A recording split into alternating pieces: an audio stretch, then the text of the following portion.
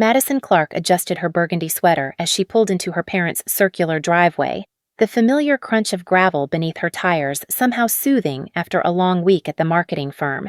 The colonial-style house looked exactly as it had throughout her childhood, white shutters perfectly aligned, seasonal wreaths hanging on the double doors, and warm light spilling from every window. Her mother, Patricia, had always prided herself on creating what she called the perfect family home, complete with matching outdoor furniture and a meticulously maintained garden. She grabbed the homemade apple tart from her passenger seat, still warm in its ceramic dish. These monthly family dinners had become a tradition over the past few years, ever since she'd moved out and established her independence. Tonight felt different, though. There was something in her mother's voice during their phone call earlier, a certain excitement that made Madison's stomach flutter with unease. The front door opened before she could knock, and Brooklyn's perfectly contoured face appeared, phone already angled for a selfie. "Mad, you're finally here! Mom's been pacing for like 20 minutes!" Her younger sister's voice carried that familiar sing-song quality that usually meant she wanted something. At 25, Brooklyn still lived at home, bouncing between part-time jobs and what she generously called finding herself. "Traffic was murder on I-95, Madison replied, stepping into the foyer where the scent of her mother's famous pot roast filled the air. The dining room table was set with their grandmother's china, crystal glasses catching the chandelier light, and fresh flowers arranged in the center. Everything looked picture-perfect, just like always. "Madison, honey!" Patricia Clark emerged from the kitchen, wiping her hands on an apron that read, "World's Greatest Mom." She enveloped Madison in a hug that lasted just a beat too long. "You look wonderful. How's that big promotion treating you?" "Really well, Mom. The team's been incredible, and we just landed that healthcare account I mentioned." Madison set the tart on the sideboard, noticing how her father Robert looked up from his newspaper with unusual interest. "That's fantastic, sweetheart," he said, folding the paper with deliberate care. "And how's the house? Still loving that 3-bedroom in Westfield?" The question struck Madison as odd. They'd discussed her house purchase extensively 6 months ago. "It's perfect, Dad. The neighborhood's quiet. Great schools nearby for when I have kids someday." "Why do you ask?" Brooklyn and their parents exchanged a quick glance, so subtle Madison almost missed it. Almost. Her sister immediately brightened, launching into a detailed account of her latest dating disaster while they moved to the dining room. The conversation flowed easily enough, but Madison couldn't shake the feeling that she was missing something crucial. During the main course, the questions kept coming. How much had she put down on the house? What were her monthly expenses like? Was she planning to refinance soon? Each inquiry felt innocent enough on its own, but together they formed a pattern that made Madison increasingly uncomfortable. "You know, Madison," Patricia said while serving seconds of potatoes, "I was just telling Brooklyn how proud we are of your financial stability. Not every 30-year-old has their life so together." "Some of us are still figuring things out," Brooklyn added with a practiced pout. "It's not fair that some people are just naturally good with money while others struggle." Madison felt the familiar tug of guilt in her chest. She'd always been the responsible one. Straight A's through college, scholarship recipient, first job right after graduation, while Brooklyn had dropped out of community college twice and cycled through various passions that never quite materialized into careers. "Brooklyn's been having some challenges with her living situation," Robert continued, his voice taking on that serious tone reserved for family discussions. "Her roommate situation fell through, and you know how expensive rent has gotten around here." The pieces were starting to click into place, and Madison felt her appetite disappearing. "What kind of challenges?" "Well," Brooklyn began, suddenly looking vulnerable in a way that Madison recognized from childhood. The same expression she'd worn when asking to copy homework or borrow lunch money. "You remember Sarah, my roommate? She's moving in with her boyfriend, which leaves me kind of stuck. The lease ends next month, and I can't afford a place on my own with my current job situation." "What about moving back home?" Madison asked, though she suspected she already knew the answer. Patricia sighed dramatically. "Honey, we've talked about this. Brooklyn's 25 now. She needs independence. And frankly, we're ready for our empty nest phase. Your father's been talking about converting her room into a home office." Madison looked around the table at 3 expectant faces, feeling like she'd walked into a carefully orchestrated intervention. "Okay, so what are you thinking? Maybe she could stay with Aunt Linda for a while." "Madison," Robert said gently, "you have that beautiful 3-bedroom house, and Brooklyn wouldn't be any trouble. She's family. And you know how important family is to us." The guilt was immediate and overwhelming. Madison had always been the helper, the problem solver, the one who picked up the pieces when Brooklyn's plans fell apart. When her sister had gotten into a fender bender sophomore year, Madison had helped pay the deductible. When Brooklyn had quit her job at the boutique without notice, Madison had spotted her rent money. It was just what sisters did, right? "I don't know," Madison said slowly. "I mean, I finally have my own space, and I'm really enjoying the independence." "Of course, sweetheart," Patricia said quickly. "We're not trying to impose. We just thought that maybe, since you have all that extra room and Brooklyn is going through a rough patch." She let the sentence hang in the air like a question mark. Brooklyn leaned forward, her eyes bright with sudden tears. "I promise I wouldn't be a bother, Madison. I know you work hard, and I respect that. I'd contribute to groceries and utilities. I'm not asking for charity here. But what job would provide that contribution?" Madison wanted to ask, but didn't. Instead, she found herself nodding slowly. "Maybe we could talk about it. Like, what would the timeline look like?" "Oh, just temporary," Patricia exclaimed, her relief evident. 3 months, maybe 6 at the absolute most. Just until Brooklyn gets back on her feet. You know how these things go." Madison knew exactly how these things went. She'd been hearing "just temporary" and "just until" her entire life when it came to Brooklyn's various crises. But looking at her family's hopeful faces around the dinner table, surrounded by the warmth and love that had shaped her childhood, she felt herself wavering. "I need to think about it," she said finally. "It's a big decision having someone move in." "Of course," Robert agreed immediately. "Take all the time you need. We just want what's best for both our daughters." The conversation moved on to other topics: neighborhood gossip, upcoming holidays, Patricia's book club drama, but Madison felt distracted. The expectation hung in the air like smoke, subtle but persistent. Every laugh, every shared memory, every remember when story felt designed to reinforce the message, family takes care of family. As they cleared the dishes, Brooklyn cornered Madison in the kitchen.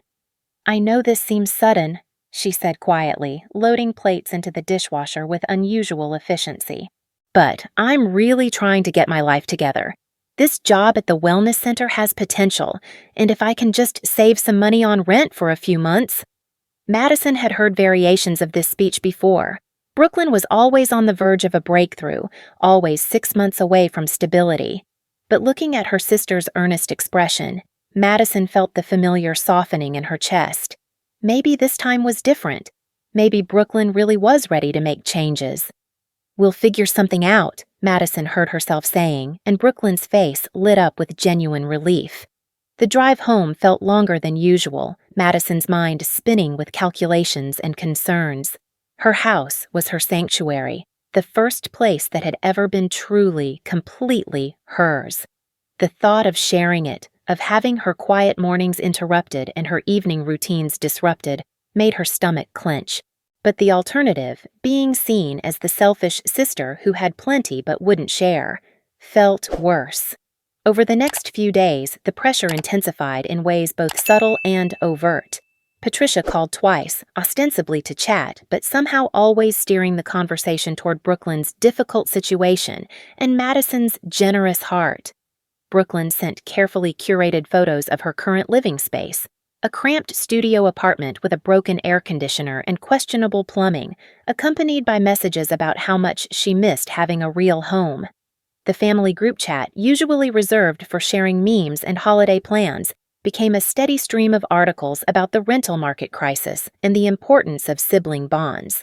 Even extended relatives seemed to be in on it, with Aunt Linda mentioning at a cousin's birthday party how lovely it was that Madison was considering helping Brooklyn out.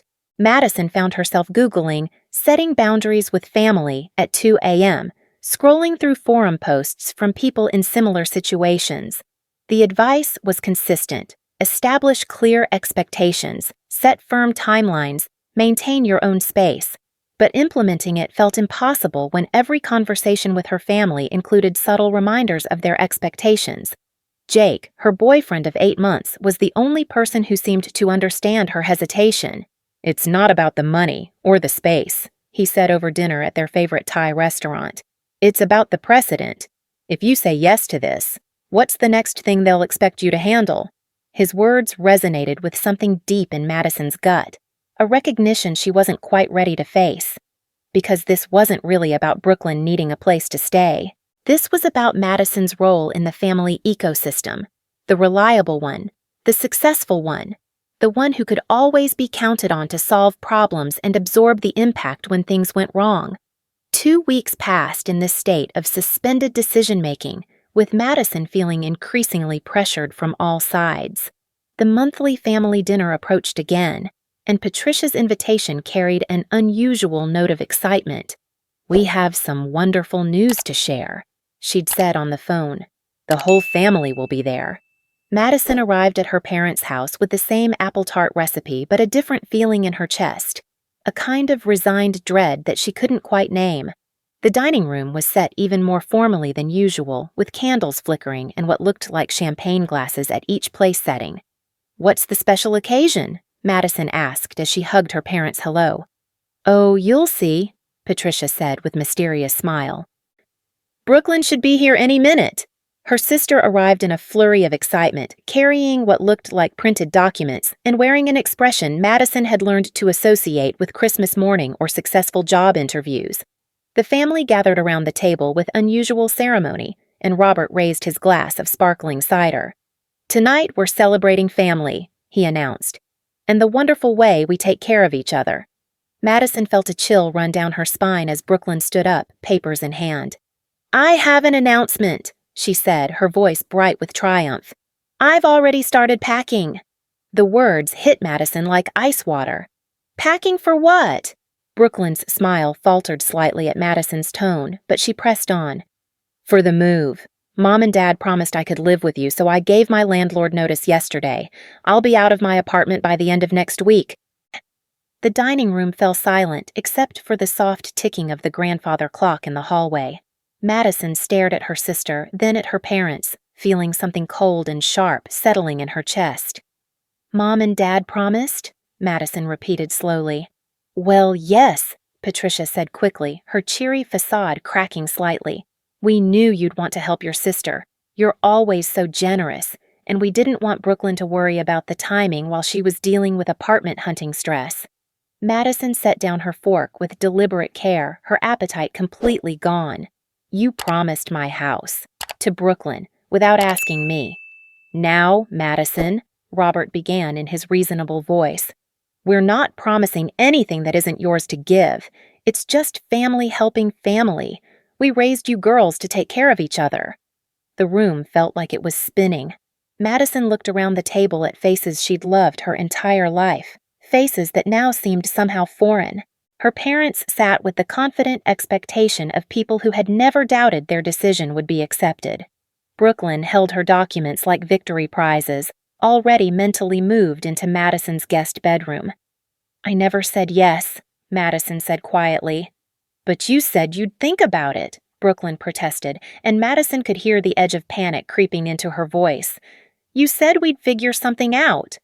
"I said I'd think about it. I never said yes. And you certainly didn't wait for my answer before making promises and giving notice to landlords." The silence stretched uncomfortably. Patricia cleared her throat. "Madison, honey, I think you're overreacting a bit. This is your sister we're talking about, your family. We know you'll do the right thing." There it was, the phrase that had controlled Madison's decisions for as long as she could remember. The right thing. As defined by everyone except her. The right thing that always seemed to require her sacrifice, her resources, her space, her peace of mind. Madison looked at Brooklyn's stricken face, at the papers clutched in her hands, lease termination forms, packing supply receipts, maybe even a change of address notification, and felt something crack inside her chest. Not break exactly, but crack like ice beginning to shift and split. "You've already decided," she said, and it wasn't a question. "All of you.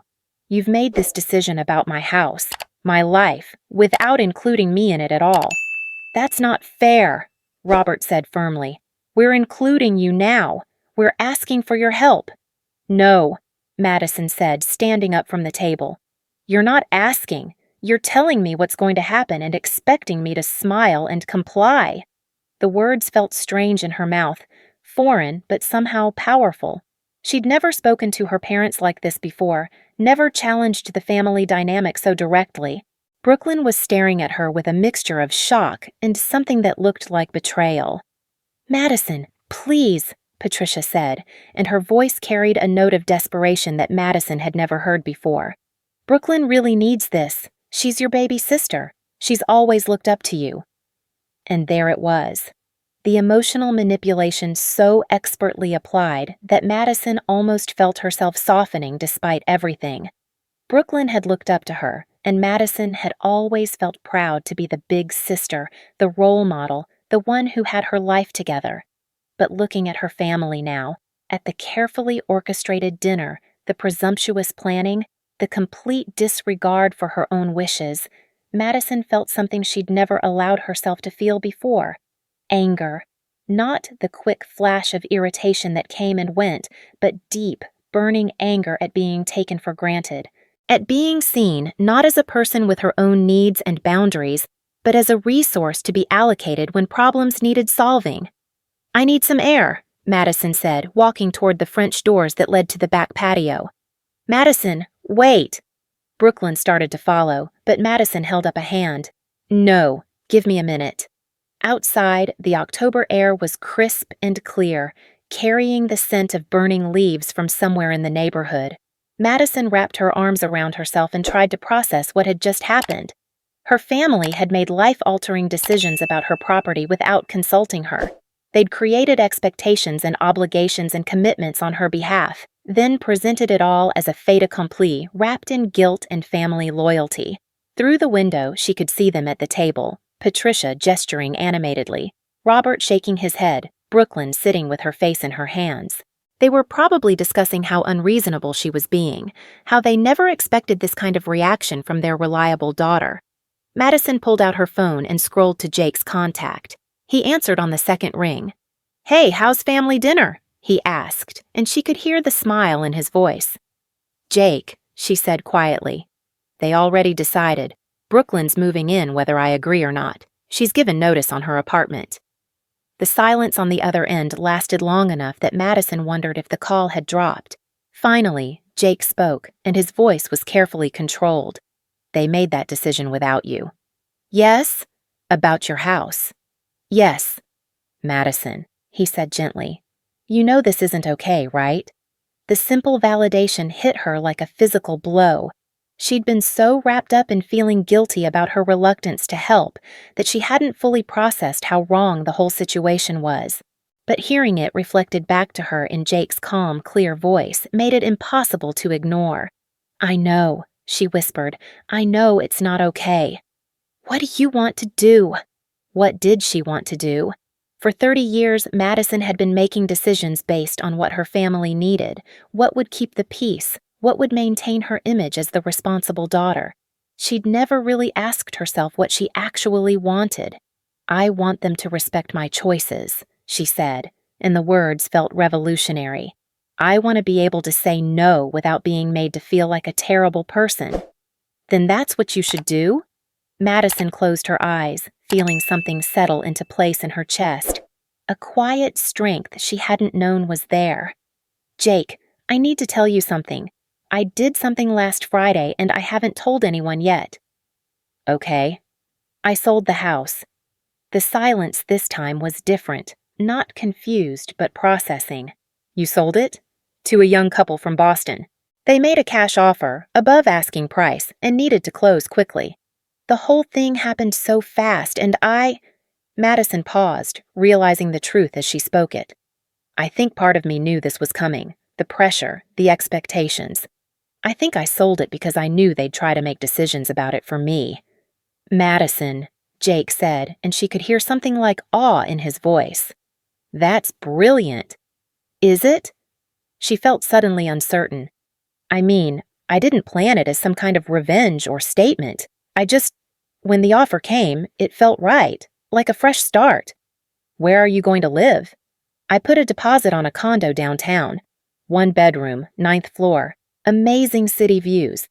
It's just for me, Jake. Completely, entirely, just for me. As the words left her mouth, Madison felt a surge of something she hadn't experienced in years. Pure, uncomplicated joy. The condo was perfect for her lifestyle, close to work, with amenities she'd actually use. It was the first major life decision she'd made based entirely on what she wanted, not what others expected of her. When do you close? Next Friday. I was going to tell everyone after it was final. And now? Madison looked back through the window at her family, still deep in discussion around the dinner table set with grandmother's china. Brooklyn was holding what looked like a printed lease termination, the physical evidence of decisions made without Madison's input. Now, I think they need to know tonight. She hung up the phone and stood for a moment longer on the patio, gathering her courage.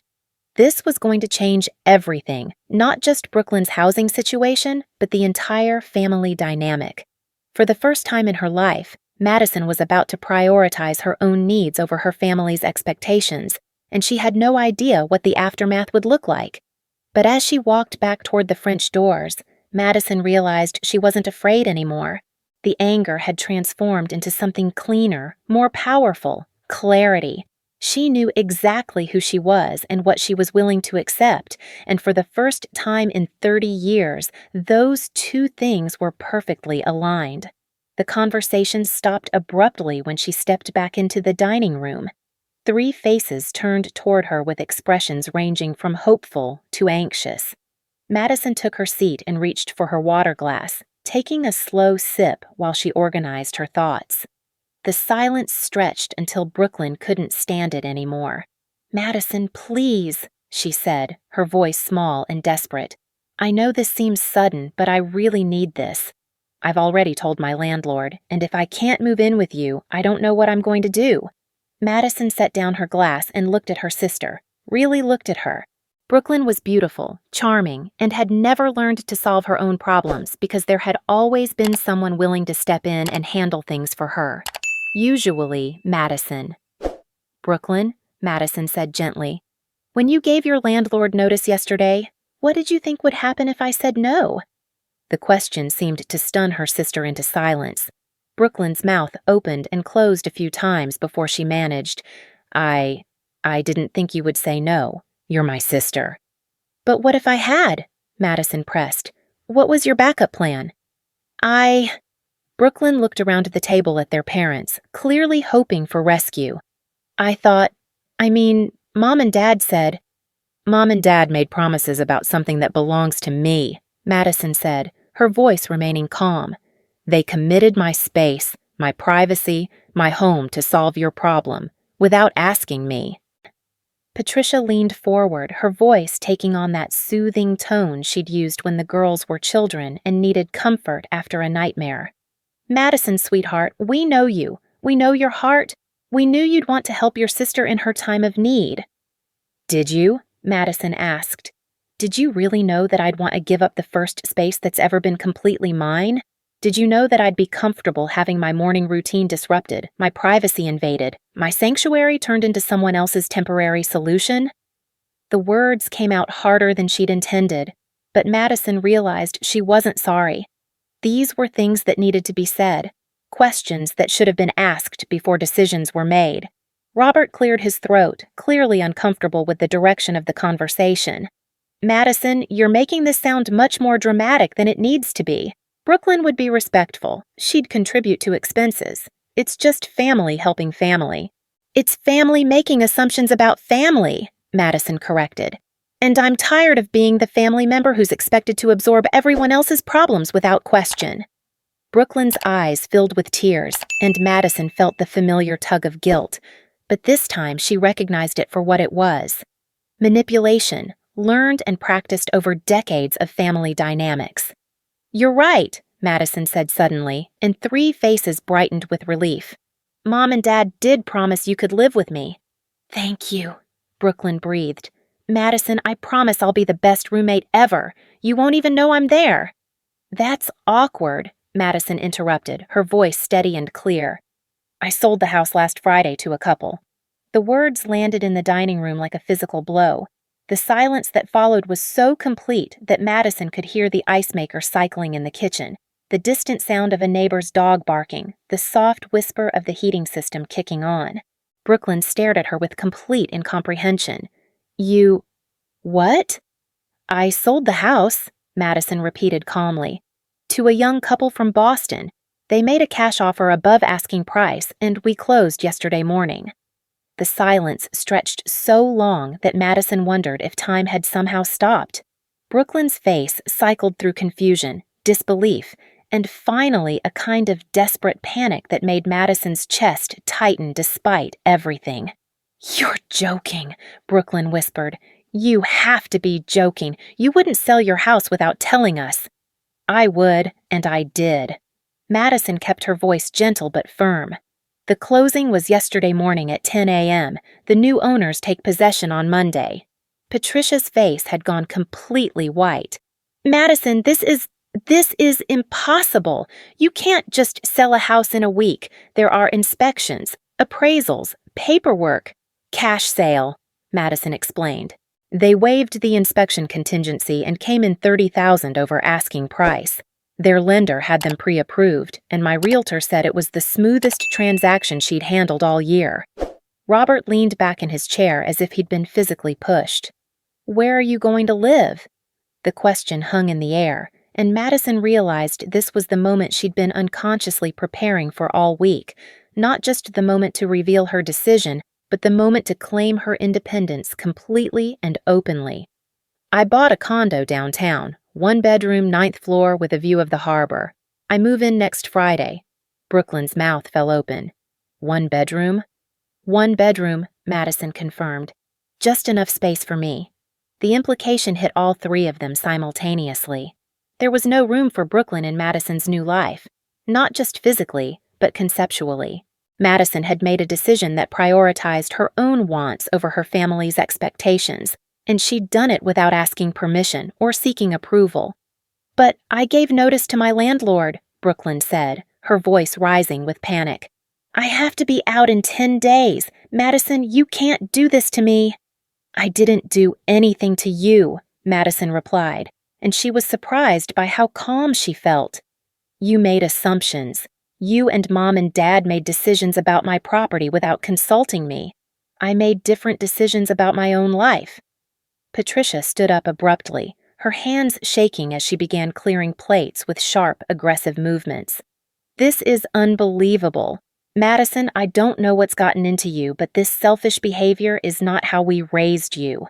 The word selfish hit exactly the way it was intended to, a direct strike at the core of Madison's identity as the good daughter, the helper, the one who put family first. But instead of the usual flood of guilt and self-doubt, Madison felt something unexpected: clarity.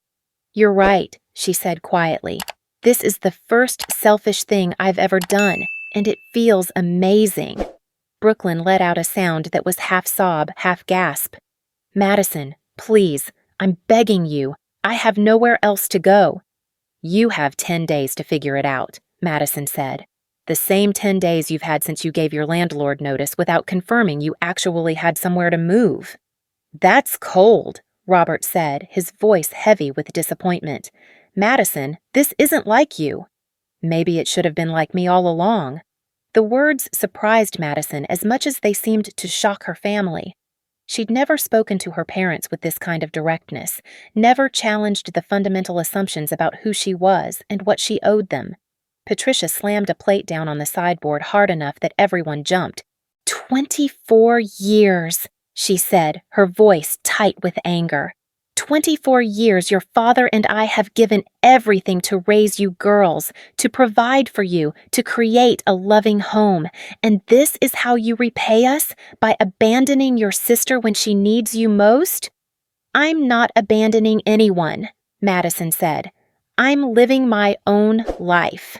Same thing, Patricia snapped. Family means sacrifice, Madison. Family means putting the people you love before your own convenience. Madison felt the familiar pull of that logic, the same argument that had convinced her to give up spring break senior year to help pay for Brooklyn's car repairs, that had made her take on extra freelance work to contribute to family vacations, that had shaped every major decision she'd made for the past decade. But this time, instead of automatically accepting the premise, Madison found herself questioning it. Why is it always my sacrifice? She asked. When has Brooklyn ever put the family before her own convenience? When has she ever given up something she wanted to help me? That's different, Robert said quickly. Brooklyn's younger, and she's still finding her way. She's 25 years old, Madison interrupted. I was supporting myself completely by 22. I was contributing to family expenses while she was dropping out of college for the second time. Brooklyn's face crumpled. Madison, that's not fair. You were always the smart one, the responsible one. Everything came easy to you. Nothing came easy to me, Madison said, and for the first time, her voice carried an edge of real anger. I worked 60-hour weeks to afford that house. I studied every night through college while you were out partying. I've spent my entire adult life cleaning up messes and solving problems and being the family safety net, and you think it was easy? The room fell silent again, but this time the quiet felt different, charged with truths that had never been spoken aloud. Brooklyn was crying openly now, her carefully applied makeup running down her cheeks. So, what am I supposed to do? Sleep in my car? Madison felt her resolve waver for just a moment. The image of her baby sister, homeless and desperate, was almost enough to make her reconsider everything. Almost. You could ask Aunt Linda. Or your friend Jessica. Doesn't she have that big apartment in Hartford? You could look into extended stay hotels while you apartment hunt. You could ask Mom and Dad to help with a security deposit somewhere. Madison paused, meeting each of their eyes in turn. There are options. I was just always the easiest option. Because you're her sister, Patricia exploded. Because that's what family does. No, Madison said firmly. That's what I do. That's what I've always done. But I'm not doing it anymore. She stood up from the table, her legs surprisingly steady. I should go. Madison, wait. Robert's voice was pleading now. Sit back down. Let's talk about this rationally. Maybe we can work something out. There's nothing to work out, Dad. I've made my decision. Brooklyn jumped up, nearly knocking over her chair. Madison, please. I'm sorry we assumed. I'm sorry we didn't ask first. But please don't punish me for Mom and Dad's mistake. Madison turned to look at her sister, really look at her. Brooklyn's face was streaked with tears, her hands shaking, her whole body radiating desperation. And for the first time in her life, Madison didn't feel responsible for fixing it. Brooklyn, she said gently, I'm not punishing you. I'm just not rescuing you. There's a difference. The words felt revolutionary as they left her mouth. Not rescuing wasn't the same as not caring. Not solving wasn't the same as not loving. Madison was beginning to understand the distinction, and it was both terrifying and liberating. She walked toward the front door, hearing the scrape of chairs as her family scrambled to follow her. Madison, you can't leave like this, Patricia called after her. We need to figure this out. Madison paused with her hand on the doorknob. You'll figure it out. You always do. Not without you. Brooklyn's voice cracked. Madison, I can't do this without you. Yes, you can. Madison turned back one more time, looking at her sister with genuine love, but also with new understanding. You've never had to before, but you can. You're more capable than any of us have given you credit for. She opened the door and stepped into the cool October night, leaving behind the warm light of the dining room and the shocked silence of her family. Her hands were shaking as she unlocked her car, but her mind felt clearer than it had in years. The drive home passed in a blur of streetlights and racing thoughts. Madison had expected to feel guilty, devastated, maybe even regretful about the bridge she'd just burned. Instead, she felt something she barely recognized: free. Her phone started ringing before she even got home. Patricia first, then Robert, then Brooklyn, then Patricia again. Madison let them all go to voicemail, not ready to engage with the emotional aftermath of her revelation. She needed time to process what had just happened, to understand the magnitude of the change she'd just set in motion. The house felt different when she walked inside, not like the sanctuary she'd been forced to defend, but like a temporary way station between her old life and whatever came next. In just over a week, she'd be in her condo, in a space that no one else had ever occupied, with no family history or expectations weighing down the walls. She poured herself a glass of wine and sat on the couch, finally ready to listen to her messages. Patricia's voice was tight with barely controlled emotion. "Madison, I cannot believe the way you handled that situation. Call me back immediately. We need to discuss this like adults." Robert sounded tired. "Sweetheart, your mother is very upset, and Brooklyn is beside herself. I know you're angry with us, and maybe we should have handled things differently, but please don't let that anger hurt your sister. Call us back." Brooklyn's message was mostly crying with broken words scattered throughout. "Madison, please, I'm sorry. Don't know what to do. Please call me back." The pattern was familiar. Crisis hits. Everyone turns to Madison to fix it. Madison absorbs the emotional weight and finds a solution. But this time, Madison deleted the messages and turned off her phone. She spent the evening researching downtown restaurants within walking distance of her new building, browsing furniture websites for pieces that would fit her new space, imagining what her mornings would look like when she could drink coffee in silence while watching the sunrise over the harbor. For the first time in years, Madison fell asleep thinking about her own future instead of everyone else's problems. The next few days were a masterclass in family crisis management, or rather, in Madison's refusal to participate in it. The calls came constantly. Patricia left increasingly frantic voicemails about Brooklyn's impossible situation and Madison's uncharacteristic cruelty. Extended family members she hadn't heard from in months suddenly reached out with casual questions about how things were going, clearly having been recruited as mediators. Brooklyn tried everything from tears to anger to bargaining, leaving messages that cycled through blaming Madison for ruining her life, apologizing for the family's assumptions, and making increasingly desperate promises about what an ideal roommate she would be if only Madison would reconsider. But the most effective attack came from an unexpected source: guilt wrapped in concern. Aunt Linda called on Wednesday with a voice full of gentle worry. "Madison, honey, I just wanted to check on you. Your mother mentioned that you're going through some kind of crisis, selling your house suddenly, cutting off communication with the family. Are you all right? Sometimes when people make impulsive decisions like this, there are underlying issues." The implication was clear. Madison's behavior was so out of character that it must be symptomatic of something wrong with her mental health.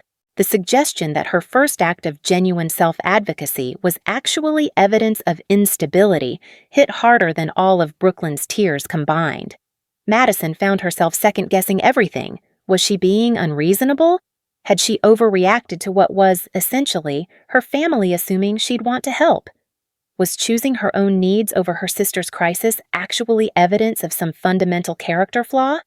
She called Jake during her lunch break, needing to hear a voice that wasn't steeped in 30 years of family dynamics. "They're saying I'm having a breakdown," she told him, standing in the parking garage outside her office building. "Are you?" The question was gentle but direct, and Madison realized she appreciated him not immediately rushing to reassure her. "I don't think so," she said slowly. "I feel more clear-headed than I have in years, but everyone I've known my whole life is telling me I'm acting crazy, so maybe I'm wrong about my own mental state." "Madison," Jake said carefully, "you've made one decision that prioritizes your needs over your family's expectations. One decision in 30 years. If that's a breakdown, what do we call the previous 3 decades? The perspective shift was so sudden and complete that Madison actually laughed. "I never thought about it that way. I've been thinking about it a lot, about how you describe your family, how you talk about your role in their lives. And Madison, I need to tell you something that might be hard to hear. Madison braced herself. The way they treat you, it's not normal. Families don't make major decisions about each other's property without permission. They don't guilt trip and manipulate when someone sets a boundary. What you're experiencing isn't love and concern, it's control. The words hit Madison like a physical blow, not because they were cruel, but because they were true. She'd been so embedded in the family system for so long that she'd lost perspective on what healthy relationships actually looked like. So, what do I do? She asked. Whatever feels right to you. Not to them, not to me, not to anyone else. What do you actually want? Madison looked up at the gray October sky, watching clouds move across the space between office buildings. What did she want? I want to move into my condo next Friday and start my new life, she said. I want to have quiet Saturday mornings and dinner parties with friends I choose. I want to travel without feeling guilty about the money and date without having to justify my choices to a committee. Then do that. Even if they never forgive me? Jake was quiet for a long moment. Madison, do you really think they're not going to forgive you for making one decision about your own life?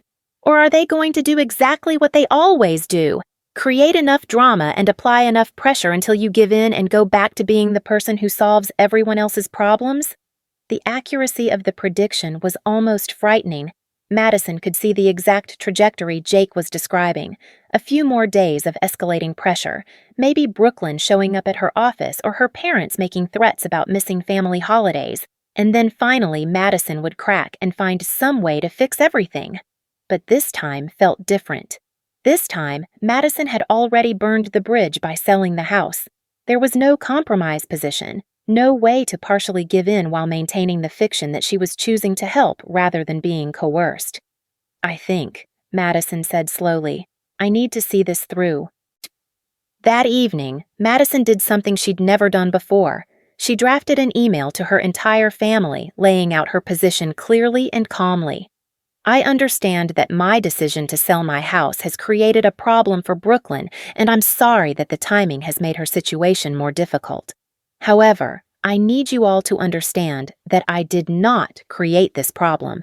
I simply declined to be the automatic solution to it. I love this family, but I'm no longer willing to be the person who absorbs everyone else's financial emergencies, housing crises, and poor planning. This isn't about being selfish or uncaring. It's about having boundaries and expecting those boundaries to be respected. I hope Brooklyn finds a solution that works for her, and I'm confident she will. She's resourceful and capable, and this might be the push she needs to build the independence she says she wants. I'll be moving downtown next Friday and would love to have you all over for dinner once I'm settled. In my one-bedroom condo that's exactly the right size for the life I want to live. She read the email 3 times before sending it, marveling at how strange it felt to communicate her needs so directly. No apologies for existing, no promises to reconsider if the pressure became too intense. No cushioning of her position with elaborate justifications. The responses came quickly. Patricia wrote back within an hour. I don't know who you've become, but this isn't the daughter I raised. When you come to your senses and realize what you've done to your sister, we'll be here. We love you despite this temporary insanity. Robert's response was shorter. Disappointed doesn't begin to cover it. Call me when you're ready to act like an adult. Brooklyn didn't respond at all. Madison closed her laptop and looked around her house. Boxes stacked in the living room, walls bare where she'd already taken down pictures and artwork. In 3 days, this chapter of her life would be completely closed, and a new one would begin. Her phone rang, and Jake's name appeared on the screen. How are you feeling? He asked. Terrified, Madison admitted, and excited and guilty and proud, all at the same time. That sounds about right for someone making a major life change.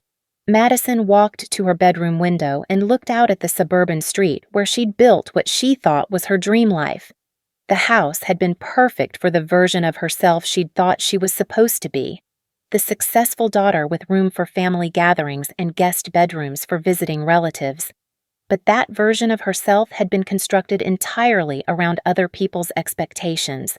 The Madison who was moving downtown was someone she was still getting to know, Someone who chose restaurants based on her own tastes, who made plans without checking with anyone else first, who could say no without immediately scrambling to find alternative solutions.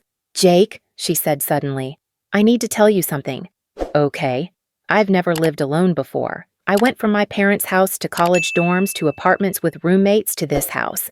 I have no idea who I am when I'm not performing for someone else." "Sounds like you're about to find out." Friday morning arrived gray and drizzly, which felt appropriate for the end of one life and the beginning of another. The movers arrived at 8 a.m. sharp, and Madison supervised the packing of her carefully curated possessions, the furniture that would fit in her new space, the books she'd chosen to keep, the art that reflected her actual taste rather than what she thought looked appropriately adult. She was taping the last box when her doorbell rang. Through the front window, she could see Patricia's silver sedan in the driveway. Madison opened the door to find her mother standing on the front porch, looking older than she had just a week ago. Patricia's usually perfect hair was slightly disheveled, and there were dark circles under her eyes that spoke of sleepless nights and worry. "Mom," Madison said quietly, "may I come in?" Madison stepped aside, gesturing to the chaos of moving boxes and displaced furniture. "Sorry about the mess. The movers are almost done." Patricia walked into the living room and stood in the center of the space, looking around at the systematic dismantling of Madison's suburban life. "So you're really doing this?" "I'm really doing it." They stood in silence for a moment, surrounded by the evidence of Madison's commitment to change. "Brooklyn found a place," Patricia said finally. "A studio apartment across town. The rent is more than she wanted to pay, but your father and I are helping with the deposit." Madison felt a rush of relief, followed immediately by a familiar stab of guilt. "I'm glad she found something." "No thanks to you." The words were delivered without heat, which somehow made them more cutting than if Patricia had shouted. Madison absorbed the blow and waited to feel the crushing weight of shame that usually followed her mother's disappointment. Instead, she felt something unexpected, sadness, but also peace. "Mom," Madison said gently, "I spent my entire life trying to earn your approval by solving everyone else's problems, and I realize now that it was never really about helping. It was about being needed." Patricia's face tightened. "That's a cruel thing to say." "It's not cruel. It's true. And it wasn't healthy for any of us, especially not for Brooklyn. Brooklyn could have been homeless because of your decision." "Brooklyn could have been homeless because of her own decisions," Madison corrected. "Giving notice without confirming she had somewhere to go, quitting jobs without backup plans, spending money on wants instead of saving for emergencies. I've been enabling all of that by always being there to catch her when she falls." Patricia was quiet for a long moment, and Madison could see the war playing out on her face. The desire to argue with logic that challenged 30 years of family dynamics and the creeping recognition that some of what Madison was saying might be true. "She's your sister," Patricia said finally, but the words lacked their usual conviction. "She'll always be my sister, but she's also an adult who needs to learn how to solve her own problems, and I'm an adult who needs to live her own life." The movers appeared in the doorway, asking about the last few boxes, and the moment broke. Patricia watched as Madison directed the final loading, her expression unreadable. When the truck pulled away, Madison and her mother stood together on the front lawn, looking at the house that had represented Madison's first taste of independence and was now the symbol of her complete transformation. "Are you happy?" Patricia asked suddenly. The question caught Madison off guard. In all their conversations over the years about careers and relationships and life choices, Patricia had never asked if Madison was happy. The focus had always been on responsibility, success, family obligations. Madison considered the question seriously. Was she happy? Or was she just relieved to finally be making decisions for herself? "I think I'm about to find out," she said. Patricia nodded slowly, and for a moment, Madison saw not the disappointed mother, but the woman who had raised her, flawed and controlling, yes, but also loving in her own complicated way. "I hope you know what you're doing," Patricia said. "I don't," Madison admitted, "but I'm going to figure it out." Her mother walked to her car without another word, leaving Madison standing alone in front of her sold house with her keys in her hand and her new life waiting downtown. Madison climbed into her car and drove toward the city, toward the harbor view and the one-bedroom space that belonged entirely to her. As she merged onto the highway, her phone rang with a call from an unknown number. Madison Clark? The voice was unfamiliar but warm. Yes? This is Jennifer Walsh from the Women's Professional Network downtown. We got your information from the new resident welcome packet at Harbor View Condos. We meet the first Friday of every month, and we'd love to have you join us for dinner next week. Are you free? Madison almost laughed at the timing. A week ago, she would have checked her family calendar, considered whether Brooklyn might need something, worried about whether accepting would seem presumptuous or antisocial. Today, she checked only her own schedule and her own desires. I'd love to, she said, and meant it completely.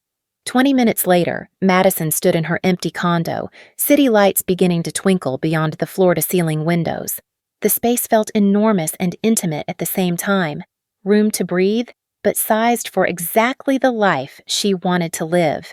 She ordered takeout from a Thai restaurant she'd been wanting to try, opened a bottle of wine she'd been saving for a special occasion, and sat on her single piece of furniture, a reading chair positioned to maximize the harbor view.